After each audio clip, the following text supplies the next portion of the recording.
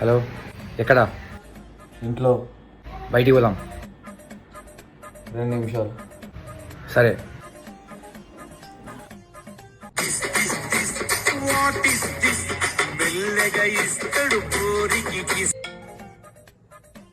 Hello, ఎక్కడ? ఇంట్లో. బయటికి పోదాంరా. 5 నిమిషాలు.